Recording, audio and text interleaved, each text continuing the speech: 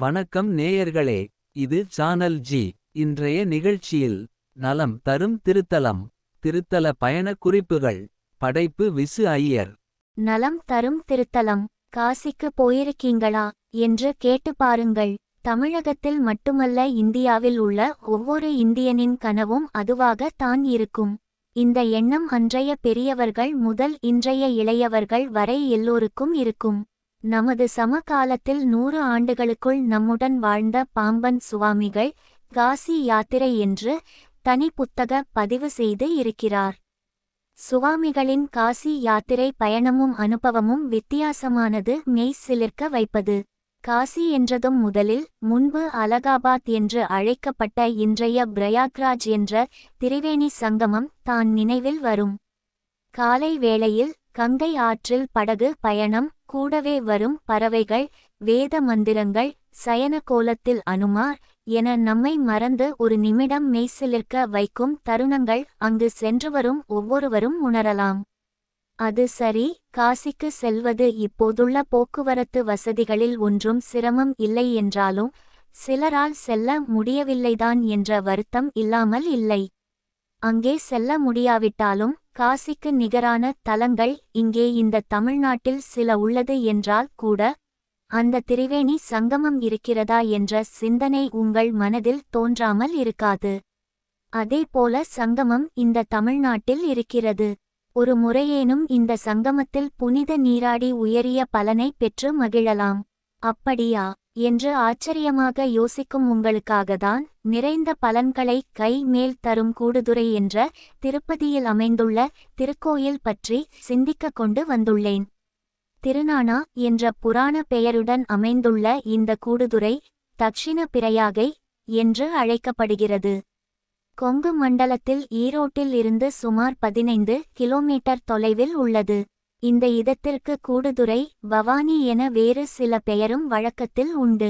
கங்கை, யமுனை, கண்ணுக்கு புலனாகத சரஸ்வதி கூடுமிடம் உத்திர பிராயகை என சொல்லப்படும் பிராயக்ராஜ், அலகாபாத் போலவே காவிரி, பவானி இவற்றுடன் கண்ணுக்கு புலனாகாத அமிர்த நதியும் கூடுமிடம் இந்த கூடுதுறை.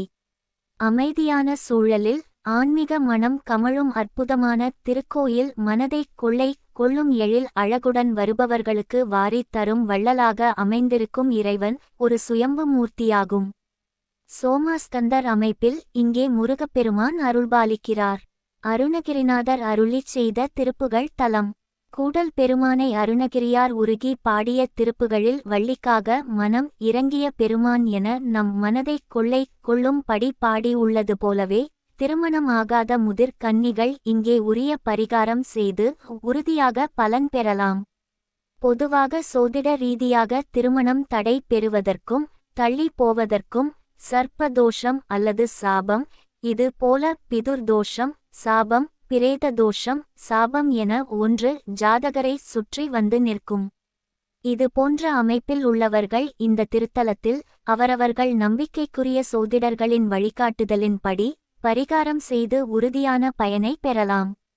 தாங்கள் விரும்பியதை பெற யாராவது கேட்க மாட்டார்களா என கொடுப்பதற்கு காத்திருக்கும் பெருமான், போட்டி போட்டுக்கொண்டு பக்தர்கள் கேட்பதை நானே கொடுத்து விடுகிறேன் என சொல்வது போல அழகு பொருந்திய திருமுகத்துடன் முருகப் பெருமான் சிவனாருக்கு முன்பே அமர்ந்து அருள்பாலிக்கும் அமைப்பு நம்மை மெய் சிலிர்க்க வைக்கும்.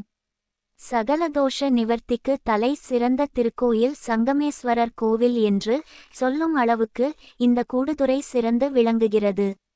பல ஆயிரம் ஆண்டுகள் பழமை வாய்ந்த இந்த திருக்கோயில் இன்றளவும் பக்தி மனம் மாறாமல் அமைப்பிலும் நந்தவன பராமரிப்பிலும் சிறந்து விளங்குகிறது. காசியில் அஸ்தி கரைக்கப்படுவது போல இங்கும் இது போன்ற புனித சடங்கு நடைபெறும், கர்ம காரியங்கள் செய்யப்படுகிறது. அகால மரணம் அடைந்தவர்களுக்கு நாராயணபலி தருவதும், குழந்தை வரம் வேண்டுபவர்கள் அமிர்த லிங்கத்தை மடியில் கட்டிக்கொண்டு பலன் பெறுவதும், மனம் ஆகாதவர்கள், ஸ்திரீ தோஷம் உள்ளவர்கள் வாழை மர பரிகாரம், அரசங்கொத்து பரிகாரம் என செய்வது என தென் திருவேணியாக அமைந்துள்ள இந்த திருத்தலம் வரலாற்று சிறப்பு பெற்றது. ஆங்கிலேயர் ஆட்சி காலத்தில் வில்லியம் காரோ என்ற கலெக்டர் இந்த பகுதியில் மழை காலத்தில் முகாம் இட்டு இருந்த சமயம் பயணியர் மாளிகையில் படுத்து உறங்கி இருந்தபோது இத்திருத்தலத்து அம்மன் ஒரு சிறுமியாக வந்து அந்த கலெக்டரை எழுப்பி கை பிடித்து வெளியே அழைத்து வந்தது போல கனவு. கனவு கலைந்து வெளியே வந்து பார்க்கிறார். அடுத்த சில நிமிடத்தில் அவர் தங்கியிருந்த மாளிகை மேற்கூரை இடிந்து விழுந்ததை கண் எதிரிலேயே பார்க்கிறார். தன்னை காப்பாற்றியது இந்த திருத்தலத்து அம்மன் என்ற உணர்வு மேலிட, வில்லியம் காரோ நன்றியின் வெளிப்பாடாக தந்த கட்டில் ஒன்றினையும் பல்லாக்கு, ஊஞ்சல் மற்றும் ஆபரணங்களையும் காணிக்கையாக ஜனவரி 11, 1804 தன் கையொப்பமிட்டு வழங்கி உள்ளார் என்ற வரலாற்று குறிப்பு பெற்ற இந்த திருத்தலத்தை தமிழ்நாட்டில் இருந்து கொண்டு ஒரு முறையேனும் தரிசிக்காமல் இருக்கலாமோ? மனம் ஆகாதவர்கள், பிள்ளைப்பேறு இல்லாதவர்கள் அவசியம் இங்கே வந்து பரிகாரம் செய்து பலன் பெறலாம். வீட்டில் அகால மரணம், துர்மரணம் அடைந்தவர்கள் பிதுர் சாப விமோசனம், பிரேத தோஷம் போன்ற சகல வித தோஷ பரிகாரத்திற்கும் பலமான வாழ்வு வளமாக தொடர சங்கமேஸ்வரரை உங்கள் நம்பிக்குரிய சோதிடர்களின் ஆலோசனைப்படி வழிபட்டு பயன்பெறுங்கள். உள்ளூரிலேயே இருந்து கொண்டு இது போன்ற பிரசித்தி பெற்ற கோவிலுக்கு போகாமல் இருக்கலாமோ? காலம் தாழ்த்தாமல், காரணம் எதுவும் சொல்லாமல் வருடத்திற்கு ஒருமுறையாவது இது போன்ற புண்ணிய தலங்களுக்கு சென்று நற்பேறு அடைய வேண்டும் என்று வேண்டுகிறோம்.